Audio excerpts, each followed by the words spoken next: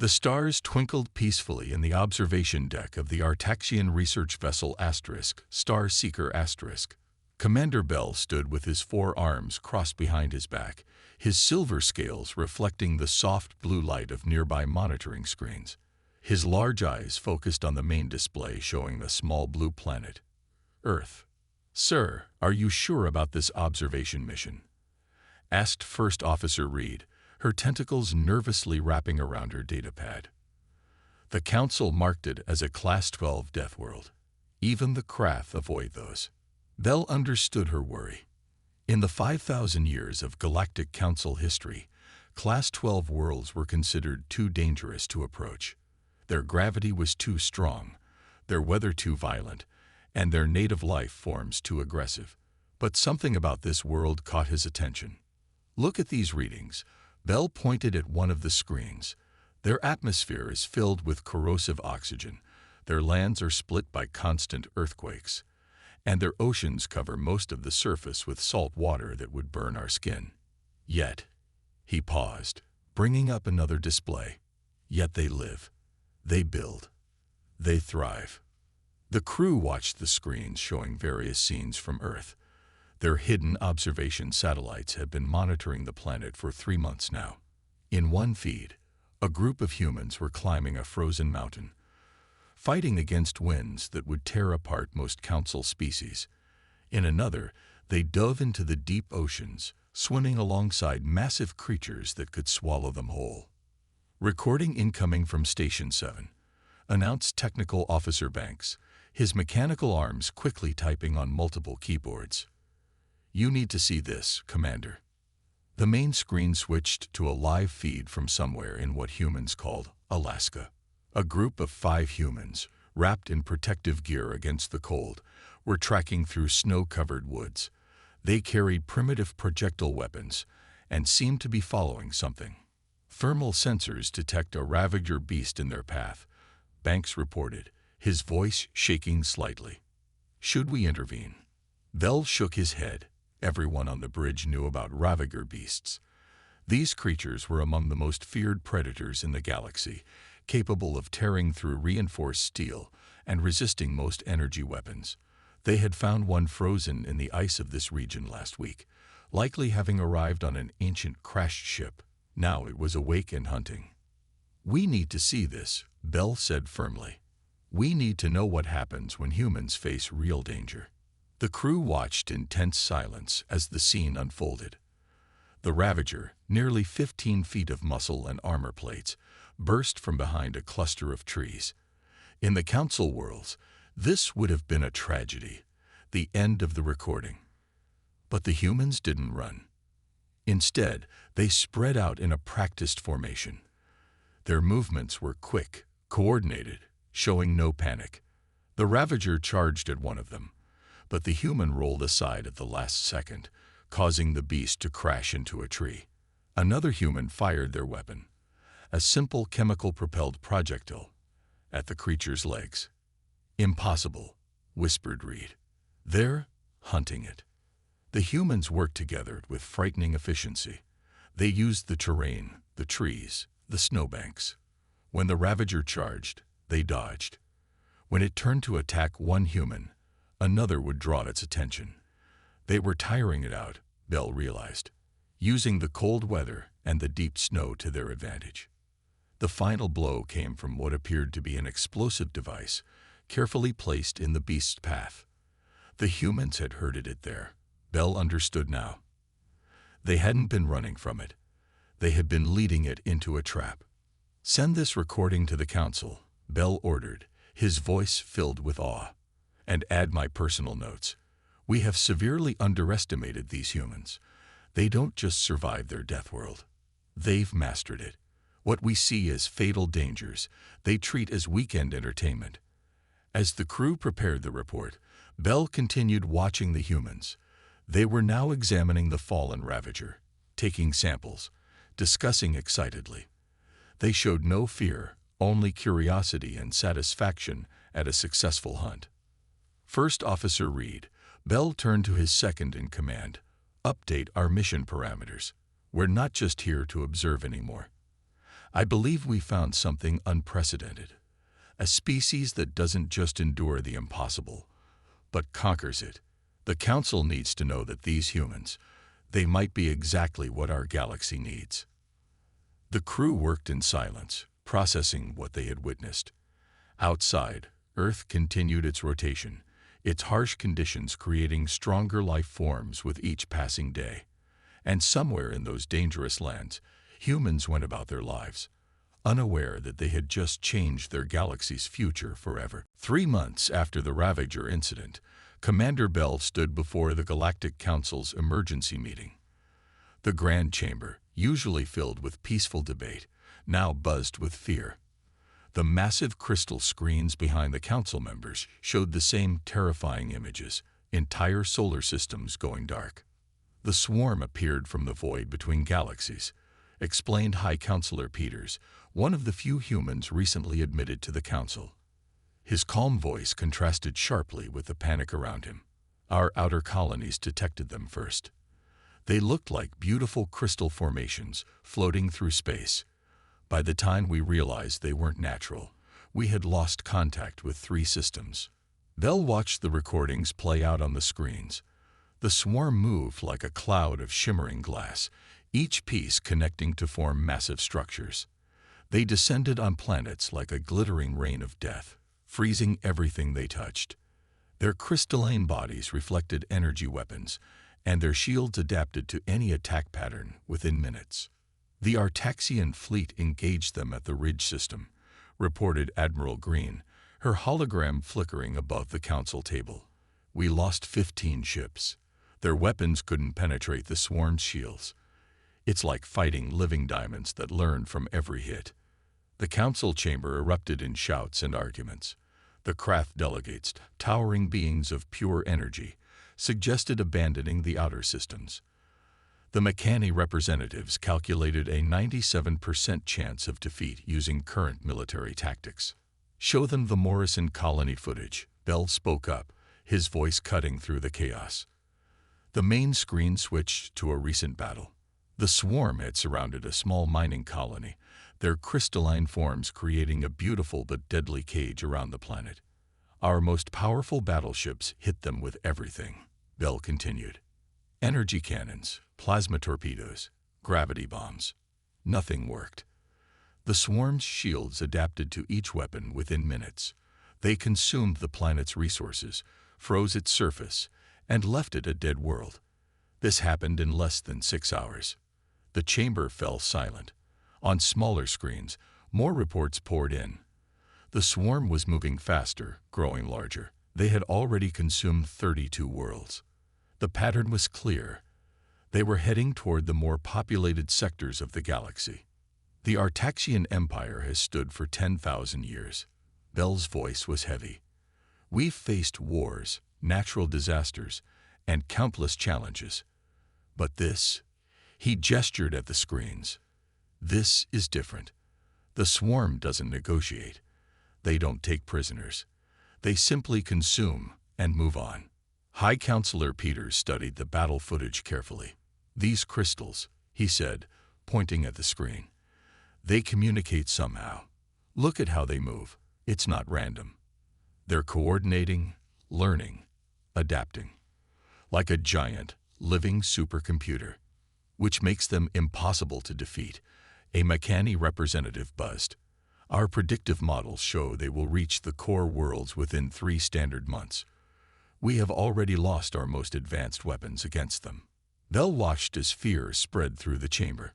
The mighty Artaxian fleet, with weapons that could shatter planets, proved useless. The Krath's energy-based attacks were reflected back at them. Even the Mechani's advanced technology couldn't find a weakness. "We need to evacuate," someone shouted. "Abandon the outer worlds and fortify the core systems. Retreat." Peters stood up, his voice sharp. "You want to give up entire worlds without a fight. What about the colonies? The millions of lives? What choice do we have?" The Mechani representative asked. "Our weapons are useless. Our shields fail. Our tactics don't work. The swarm adapts to everything." Bell looked at the faces around him. some organic, some energy-based, some mechanical. The greatest minds in the galaxy, and none of them had an answer. Except, he remembered the humans hunting the Ravager, how they used simple tools and clever tactics instead of relying on pure power, how they turned the environment itself into a weapon. Maybe, Bell said slowly, we're fighting them wrong. All eyes turned to him. We're thinking like space-faring civilizations, using our most advanced weapons.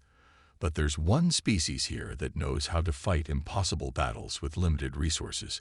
He turned to Peters, seeing understanding dawn in the human's eyes. Your people evolved on a world that tried to kill them every day. You didn't survive by having the strongest weapons, but by being creative, adaptable. Bell's scales rippled with excitement. Perhaps it's time we learned to fight like humans. The chamber erupted in discussion again, but this time with a spark of hope. Outside, the stars continued to vanish as the swarm approached. But for the first time since this crisis began, they had a new way of thinking about the problem. They had humans. Lieutenant Adams stood in the makeshift war room aboard the Artaxian flagship *, Star Defender *, surrounded by holograms of the swarm's advance. His simple blue uniform stood out among the ornate armor of the alien military leaders. The room buzzed with tense discussion as another red dot appeared on the map. Another world lost. 3 more colonies fell yesterday, reported Admiral Green through a holographic link. Her face showed the exhaustion of someone who hadn't slept in days. The evacuation ships barely made it out. We're running out of places to retreat to. Adams watched the alien leaders argue about defensive positions and shield frequencies. They were brilliant commanders with centuries of experience, yet they kept thinking like conventional military strategists. He walked closer to the hologram, studying the pattern of the swarm's movement. You're all looking at this wrong, he said quietly, but something in his voice made everyone stop talking. Commander Bell, who had been watching him, gestured for him to continue. Adams pointed at the map. We keep treating the swarm like an army, but they're not. They're predators. And on Earth, we've been dealing with predators since before we invented the wheel. This is hardly the time for primitive hunting lessons, a Meccani general buzzed irritably. These creatures destroy entire worlds. Exactly, Adams smiled. Just like how a pride of lions can take down creatures 10 times their size. But every predator has weaknesses. We just need to think like prey that learn to become hunters. He walked to the central console and brought up footage of the swarm's attacks. Look at their pattern. They don't just randomly attack. They choose the easiest targets first. Isolated colonies, minimal defenses. Classic predator behavior. Commander Bell's scales rippled with interest. Continue, Lieutenant. On Earth, when we face dangerous predators, we didn't always try to overpower them. We studied them, learned their habits, used their hunting instincts against them. Adams zoomed in on the crystal formations. These things are smart, but they still follow basic predator patterns. They're looking for easy meals. So what do you suggest? Admiral Green asked, leaning forward in her hologram. We can't exactly set up a trap for something that eats planets. Adams grinned. Why not? Every trap needs 3 things: bait, a mechanism, and perfect timing. We've been trying to fight them head-on. Instead, we should be thinking like our ancestors who had nothing but their wits against giant predators. He started marking points on the map. Here, here, and here. Abandoned mining colonies, rich in resources, exactly what the swarm wants. But we rigged them. Not with obvious weapons they can adapt to, but with something more primitive. The room was silent now, all eyes on the young human officer. Even the Meccani general had stopped buzzing disapprovingly. Our weapons don't work because they adapt too quickly, Adams continued. But what if we don't use weapons at all? What if we use their own nature against them? Their crystalline structure, their feeding patterns, their predatory instincts. Commander Bell stepped forward, his 4 arms gesturing excitedly. Like the Ravager hunt. You don't try to overpower the beast. You make it defeat itself. Adams finished. Every predator can be outsmarted, even ones made of living crystal. Admiral Green's hologram flickered as she leaned back. The Council won't like this. They're expecting a grand military strategy, not hunting tactics. The Council, Commander Bell said firmly, is desperate enough to try anything. And I've seen what humans can do with simple hunting tactics. He turned to Adams. What do you need? Adams looked around the room, at the faces of beings from a dozen different worlds. Some were skeptical, some hopeful, all desperate. First, I need you all to forget everything you know about space warfare. We're going back to basics. I need engineers who can think like cave people, strategists who can think like trapped prey, and commanders willing to fight dirty. Fight dirty? The Mechani general asked.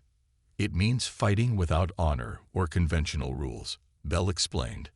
Like humans hunting the Ravager beast. Exactly, Adams nodded. The swarm keeps winning because they're fighting an advanced civilization. Time to show them what primitive humans can do when backed into a corner. As the room erupted into discussion, Adams looked back at the map.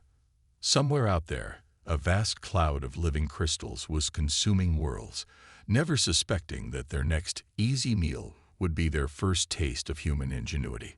Time to go hunting, he whispered to himself, already planning the first trap. The abandoned mining colony of New Hope drifted silently in space. Its resource-rich asteroids made perfect bait, just as Lieutenant Adams had planned. Inside the colony's main control room, he worked with a mixed team of humans and aliens, setting up what might be their only chance against the swarm. I still don't understand how this primitive approach will work, said Tech Master Jones, his mechanical arms carefully adjusting the colony's thermal controls. The swarm has destroyed our most advanced weapons. That's exactly why this will work, Adams replied, checking the old mining equipment they had modified. We're not using advanced weapons. We're using basic physics and natural forces, things they can't adapt to because there's nothing to adapt to. Commander Bell watched from the observation deck as more ships arrived, carrying supplies for their trap. He remembered how skeptical he had been when Adams first explained the plan. Now, seeing it come together, he understood the beautiful simplicity of it. Your people really used to hunt like this? Bell asked, his scales shifting colors with curiosity. Adams nodded while working on a control panel. Long before we had fancy weapons, we had to use our environment. Big animals might be stronger, but they can't think ahead like we do. The swarm is just another big, dangerous animal. The plan was beautifully simple. Inspired by ancient human hunting techniques, they had modified the mining colony's basic equipment. Nothing too advanced that the swarm could detect or adapt to. Old hydraulic pumps, thermal regulators, and mechanical crushers that had once processed ore would now serve a different purpose. First team in position, reported Captain Wilson through the comm system. Her ships were hiding behind the larger asteroids, running on minimal power to avoid detection. Movement detected at the edge of the system. They're coming. Adams looked at the tactical display. The swarm moved just as he predicted, like hungry predators approaching what looked like easy prey. The crystalline entities flowed through space, their beautiful but deadly forms reflecting starlight. Remember, Adams said to the team, this isn't about fighting them. It's about using their own hunting instincts against them, like leading a tiger into a pit or a wolf into deep snow where it can't move properly. The swarm entered the outer asteroid field. Their crystalline forms spread out, beginning to consume the mineral-rich rocks. Just as Adams had predicted, they followed the path of richest resources, the trail of breadcrumbs leading to their trap. They're passing the first marker, Wilson reported. No sign they detect anything unusual. These really are just like animals feeding. Adams watched the displays intently. The swarm moved exactly like Earth's predators, taking the easiest path, following the scent of food, never suspecting that their prey might be smarter than them. Now, Adams commanded as the swarm reached the perfect position. The trap was sprung, but there were no energy weapons, no advanced technology. Instead, the old mining equipment roared to life. Massive hydraulic pumps sprayed clouds of superheated plasma, not as weapons, but as part of the larger plan. The swarm's crystalline forms started to heat unevenly. Second phase, Adams called out. The thermal regulators activated next, releasing waves of freezing gas. The rapid temperature change did what no weapon could do. It created stress in the crystalline structures. The swarm tried to adapt, but there was nothing to adapt to. This wasn't a weapon they could analyze and resist. It was simple physics, the same force that could crack rocks or shatter glass. They're breaking apart. Wilson's voice was filled with excitement. The thermal stress is too much for their crystalline structure. Commander Bell watched in amazement as sections of the swarm began to crack and split. Like breaking rocks by heating and cooling them, he realized. A technique so old it predates written history. Exactly. Adams smiled. Sometimes the oldest solutions are the best ones. We didn't try to overpower them or outsmart their adaptations. We just used basic natural forces they couldn't ignore. The chamber erupted in cheers as they watched the swarm break apart, their perfect crystalline forms shattering in the extreme temperature changes. It wasn't a complete victory. Many escaped, but for the first time, they had proof the swarm could be defeated. This is just the beginning, Adams said, already planning their next trap. We have thousands of years of hunting experience to draw from. The swarm might rule space, but humans, we're the galaxy's newest apex predators.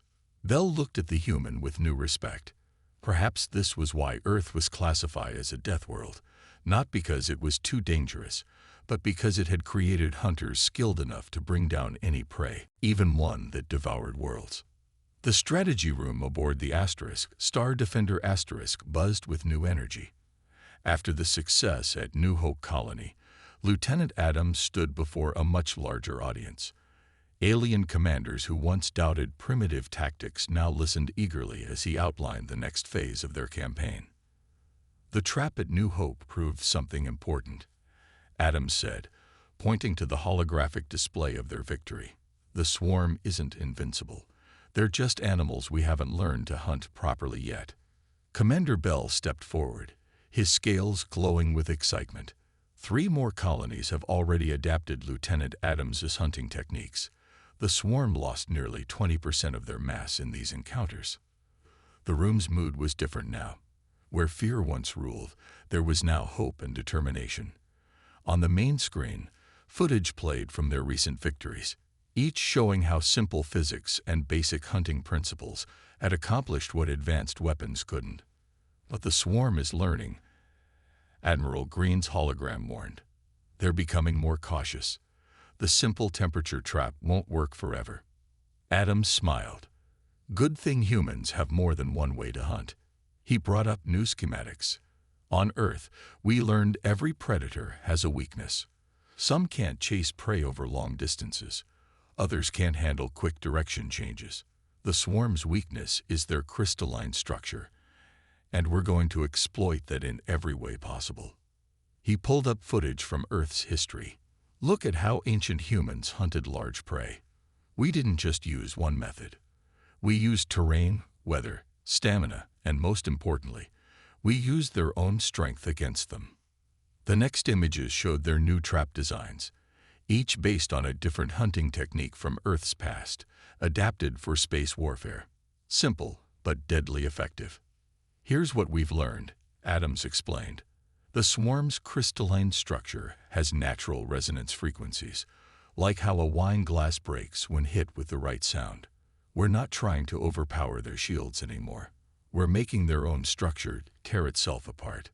Tech Master Jones displayed the test results. We've modified old mining sonic drills, not as weapons, but as tools to create the right vibrations. When the swarm tries to consume our abandoned equipment, they'll get a nasty surprise. Commander Bell watched the simulation play out, like the ancient human technique of using a predator's momentum against it. Exactly, Adams nodded.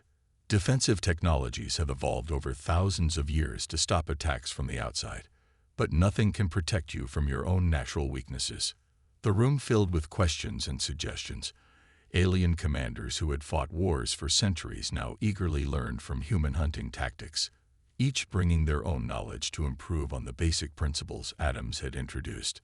The Mechani have adapted their factories to mass-produce these sonic devices, reported General Rex, his mechanical form humming with approval. Simple technology, but highly effective when used correctly. Adams brought up a galactic map showing their planned trap sites. We're not just setting single traps anymore. We're creating hunting grounds.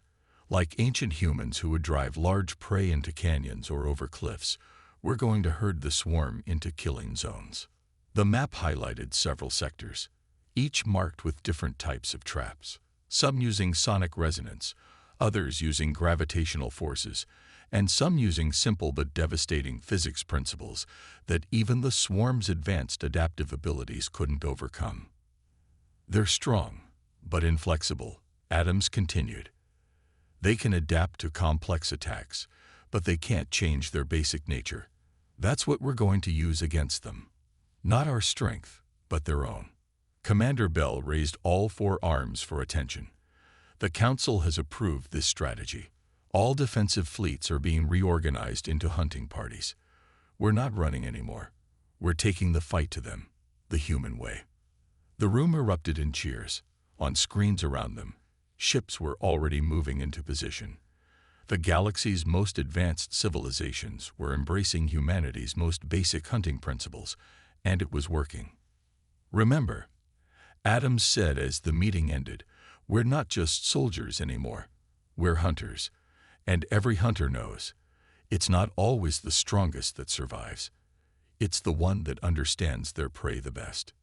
As the commanders filed out to implement their new strategies, Bell approached Adams. Your people evolved hunting skills on a deadly world, he said thoughtfully. Now those same skills might save the galaxy. Perhaps we were wrong to fear Deathworlders after all. Adams watched the tactical displays showing their trap sites. Sometimes the most dangerous worlds produce the best survivors. And now the swarm is about to learn why humans top the food chain on Earth. In the massive training arena aboard the Star Defender Asterisk, a curious scene played out. Lieutenant Adams watched as a towering Artaxian warrior tried to sneak up on a training dummy. Despite the alien's 4 arms and advanced armor, he moved with newfound stealth, copying human hunting techniques. Better, Adams called out. But remember, predators detect movement first. Keep your motion smooth, like water flowing over rocks. Around the arena, similar training sessions were happening. Humans taught alien warriors how to think like Earth's prehistoric hunters. The mighty Krath, beings of pure energy, learned to set ambushes. The logical Mechani practiced unpredictable attack patterns that no computer could calculate. Commander Bell entered the arena, his scales reflecting the bright training lights. The latest reports are in, he announced. 3 more swarm attacks repelled using our new methods. The Council wants updates on the training program. Adams nodded, watching a group of Mechani practice a complex hunting maneuver. They're learning fast. It's amazing how quickly advanced civilizations can adapt to primitive tactics. Primitive. Bell chuckled, a sound like clicking crystals. Yesterday, I watched a Krath warrior successfully stalk and ambush a training drone using nothing but patience and timing. There's nothing primitive about these skills. The arena's main screen showed footage from recent victories. The swarm, once unstoppable, now struggled against enemies they couldn't predict. Each alien race brought their unique abilities to the human hunting techniques, creating new and devastating combinations. Look there. Adams pointed to a group of Artaxian warriors practicing with simple tools instead of their energy weapons. They're learning that sometimes a stick is more effective than a laser, just like our ancestors who learned to use leverage instead of strength. A young Mechani approached them, its metallic frame moving with surprising grace. Lieutenant, we've analyzed the hunting patterns you taught us. They follow no logical sequence, yet they work better than our calculated attacks. How is this possible? Adams smiled, remembering his own training on Earth. Nature doesn't follow logic. Sometimes the best strategy is to be unpredictable. That's how our ancestors survived against faster, stronger predators. The council was wrong about humans, Bell said, watching the training sessions. We thought your evolution on a death world made you dangerous. Instead, it made you perfect teachers for survival. The arena's atmosphere was charged with energy as different species worked together, sharing knowledge. The craft taught others how to sense energy patterns. The Mechani shared their perfect timing. The Artaxians demonstrated their strength techniques, all of it blending with human hunting wisdom. Report from the outer sectors. A voice announced over the speakers. Swarm group detected near the Centauri belt. Local defense forces engaging using the new tactics. Victory confirmed. Minimal losses. Cheers erupted across the arena. Just months ago, such news would have been impossible. Now it was becoming common. The swarm, for the first time, was being hunted instead of hunting. Show them the new combination we developed, Adams said to a nearby training group. They demonstrated a complex maneuver. Artaxian strength, Mechani precision, and human cunning all working together. This is why we're winning. Not because of any single technique, but because we're combining everyone's strengths. Commander Bell's scales shifted to a deep blue of satisfaction. The Council has officially revised its classification system. Deathworld species are no longer marked as threats. They're now listed as Advanced Survival Specialists. Adams watched as more warriors arrived for training. Each day brought new students eager to learn Earth's survival techniques. Humanity spent thousands of years learning these skills the hard way, he said. Now we can share that knowledge to save the galaxy. The arena's screen showed more battle footage. Swarm creatures shattering under perfectly timed sonic attacks. Crystal formations cracking as they fell into carefully planned traps. Advanced alien warriors moving with the stealth of Earth's ancient hunters. We're not just teaching them to fight, Adams realized. We're teaching them to survive, just like our ancestors taught each other. Bell placed one of his 4 hands on Adams's shoulder. And that, Lieutenant, is why the galaxy needed humans. Not for your technology or your weapons, but for this, the wisdom of survivors.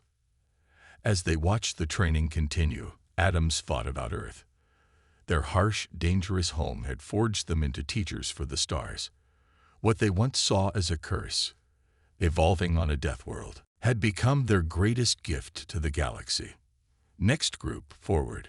Adams called out. Today's lesson, how to track prey across empty space. Trust me, it's not so different from tracking through a desert. It all starts with reading the signs. The Great Hall of the Galactic Council had never been so crowded. Representatives from every spacefaring race gathered to witness a historic moment. Lieutenant Adams, now Admiral Adams, stood beside Commander Bell as they watched the swarm's official surrender being recorded into the galactic archives. Hard to believe it's finally over, Adams said, looking at the massive crystal display, showing the swarm's remaining forces retreating to their assigned sanctuary zone. Just 18 months since we started fighting back. Bell's scales shimmered with pride. 18 months since humans taught the galaxy how to hunt. The swarm lost over 80% of their mass in the last 6 months alone. They had no choice but to surrender. The main screen showed footage from their final victories. Swarm entities being herded into massive trap zones, their crystalline forms shattering under coordinated attacks that mixed primitive techniques with advanced technology. Each successful hunt had made the galaxy's forces stronger and more confident. High Counselor Peters stepped onto the central platform. The chamber fell silent. Today marks not just the end of the swarm war, he announced, his voice carrying across the vast room.